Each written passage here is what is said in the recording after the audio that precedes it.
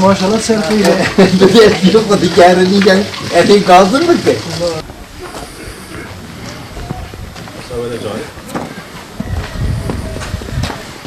Sevin bakı kapıya kom bir teber vazgeç.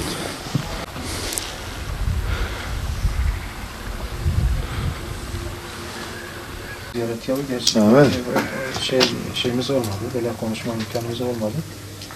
Fakat bizim üzerinden, telefon üzerinden aradığımız bazı muhtarlar oldu. Telefonla sıkıntılarını biz yaptık. Evet. Bir de özellikle hani sorun olduğunu düşündüğümüz köylerde dedik bir muhtarlarımızı ziyaret edelim. Evet. Ve bakalım birebir onların sıkıntılarını da kendilerinden öğrenelim. Evet. En azından hem buradaki Milli Eğitim üzerinden belki Milli Eğitim Bakanlığı'na da bir mesaj mahiyetindeki bu ziyaret ve köylülerimizin, öğrencilerimizin taleplerini iletelim. Belki bir çözüm olur. İnşallah. Yani Doğu Batı dengesi burada biraz farklıdır. Eğitim alma noktasında. Doğudaki insanımız biraz daha farklıdır. Maddi imkanları biraz daha kıttır. Biz de dedik bu anlamda belki yardımcı olma noktasında elimizden gelen gayreti gösterelim. Artık ilgililer de inşallah diliyoruz ki gereken adımı atarlar. İnşallah.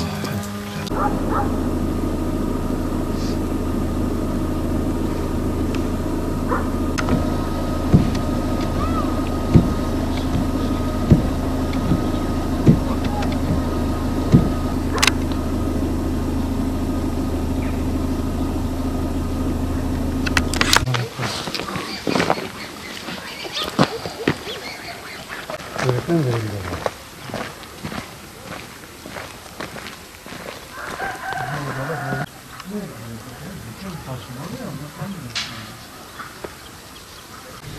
مرحبا بكم والله الحمد لله عرفت احتفال بسكيسة بعضي نقول تشيلتين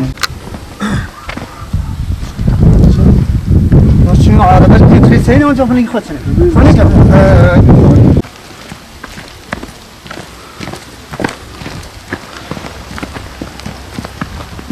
Yapalım.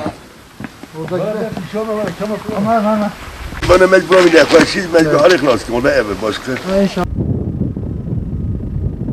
Covid-19 salgını nedeniyle eğitimde malum olduğu üzere bazı aksaklıklar oldu.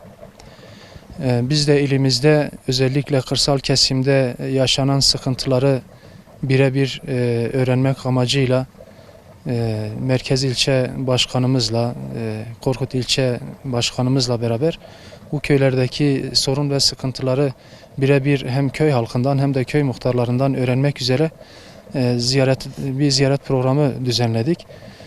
Bu vesileyle birkaç köy muhtarıyla hem telefonla görüştük. Diğer birkaç köy muhtarıyla da birebir bu sorunları dinlemek üzere ziyarete geldik. Şu anda bu köyde tespit ettiğimiz sıkıntılar ile ilgili olarak burada rakımı çok yüksek olan bir köydeyiz. Bu köyde bir 100 kadar öğrenci var. Hem ilkokulda okuyan bir de dışarıda okuyan öğrenciler vardı. Şimdi okulların kapanması, yüz eğitimin kapanması nedeniyle bu öğrencilerimiz de şu an hepsi köyde.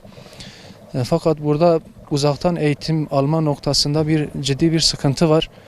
Birçok köylü özellikle tuşlu telefon kullanıyor, akıllı telefon yok.